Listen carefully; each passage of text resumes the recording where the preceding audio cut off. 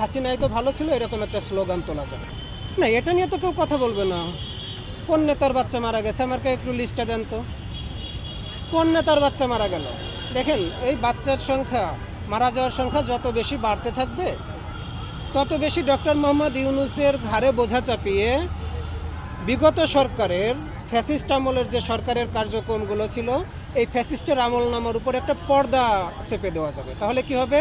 হাসিনাই তো ভালো ছিল, এরকম একটা স্লোগান তোলা যাবে। আরে মারা যাচ্ছে তো আবুজ বাচ্চাগুলো, ওরা ডক্টর মোহাম্মদ ইউনূস চিনে, বিএনপি চিনে, আওয়ামী লীগ চিনে? কাউকেই চিনে না।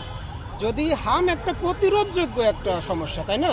টিকা দিলে নাকি এটা ঠিক হয়ে যায়, সেই সাথে ঠিক না হলে বুস্টার একটা ডোজ দিতে হয়। এই সরকার তো এখনও ব্যবস্থা নিতে পারে।